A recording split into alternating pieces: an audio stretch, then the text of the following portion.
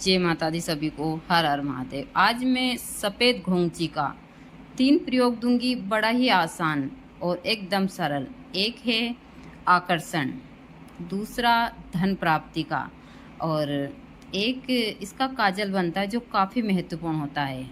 आकर्षण का मतलब होता है कि एक इंसान के हम चेहरे को देखकर और सारी चीज़ें पढ़ सकते हैं।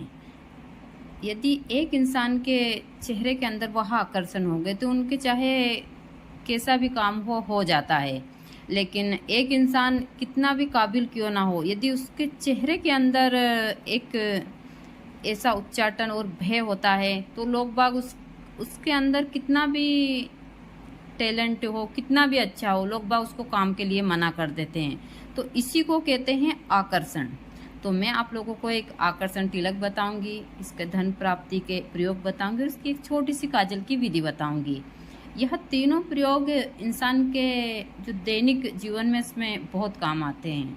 लेकिन मैं हमेशा बोलती हूँ कि अच्छे योग में, अच्छे नक्षत्र में ली हुई वनस्पति चमत्कारी प्रभाव दिखाती है आपके जीवन में। जो आपके बिगड़ते हुए काम हैं, जो कोई मना करता है या फिर आपका घर में बाहर उच्चाटन होता है, इन सब चीज़ों में यह काफ़ी हमारी सहयोगी होती है। मैं हमेशा वही चीज़ देती हूँ जो आप लोग आसानी से कर सकें।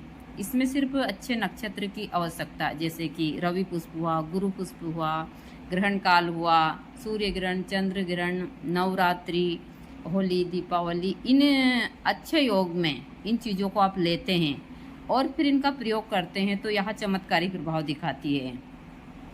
रवि पुष्प में ली हुई 11 घोंची आप श्रीम श्रीम का जाप करते हुए एक शहद की बोतल में डालिए और 108 बार अभिमंत्रित कर कर अपने धन के स्थान पर रख दीजिए। जब तक वह आपकी जो भी तिजोरी है, लाकर है, उसमें रखी रहेगी, आपको धन की समस्या कभी नहीं आएगी।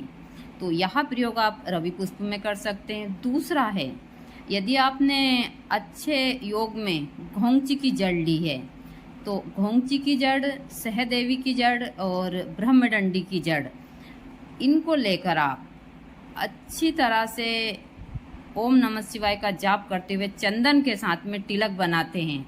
और वह तिलक आप ज़्यादा नहीं तो 108 बार उसको भी अभिमंत्रित कर लीजिए, इससे ज़्यादा भी कर सकते हैं आप। और फिर आप किसी भी कार्य के लिए जाते हैं तो आप 7 बार ओम नमः शिवाय के जाप से अभिमंत्रित कर कर वह तिलक लगाकर चले जाइए। आपके जितने भी काम बिगड़ रहे हैं सब स्वतः ही हो जाएंगे।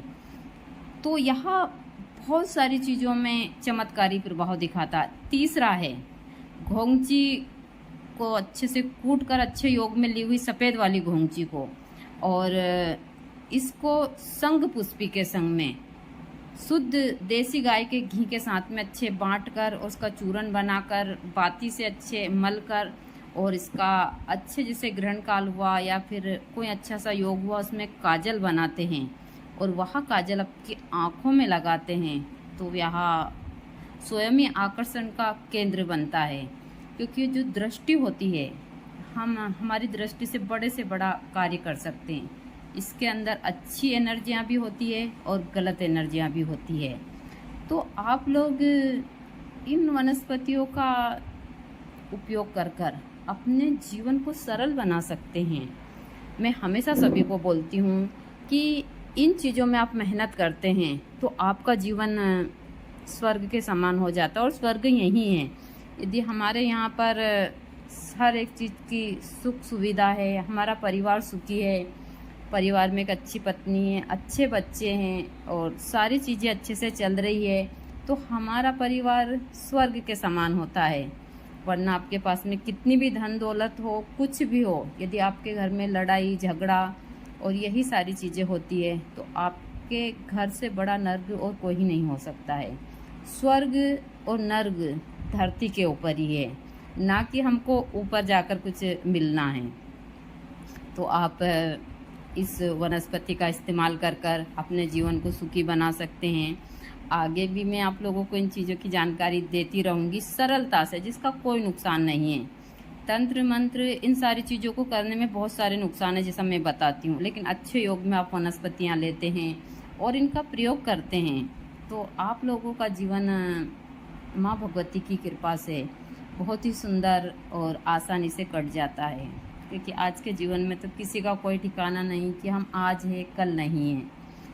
तो मैं जब तक इस शरीर में हूँ आप लोगों को इन चीज़ों की जानकारी देती रहूँगी, क्योंकि जो जानकारी मेरे पास में है, मैं माँ भगवती से हमेशा यही प्रार्थना और अरदास लगाती हूँ कि मैं हमेशा सच्चाई के रास्ते पर चलूँ और हर एक इंसान को वह चीज़ दूँ जिनसे उनका परिवार हमेशा सुखी रहे, क्योंकि मैं गृहस्थ आश्रम की साधक हूँ। मुझे पता है कि गृहस्थ में पैसा कौड़ी और सुख इन सारी चीज़ों की कितनी आवश्यकता होती है।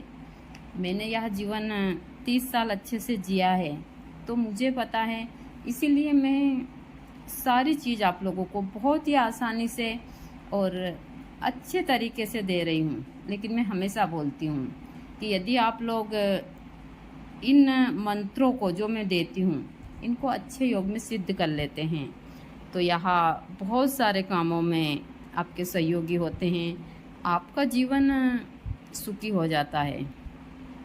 लेकिन आप कोई सी भी साधना करो, आप श्री की साधना करना आपको बहुत ज़रूरी है, महालक्ष्मी की साधना करना बहुत ज़रूरी है, क्योंकि जब तक महालक्ष्मी प्रसन्न नहीं होगी आपका जीवन सुखी नहीं होगा, ना साधना का फल प्राप्त होता। यह सारी चीज़ें कोई नहीं बताता है। तो आप लोग अपने जीवन को सुखी कर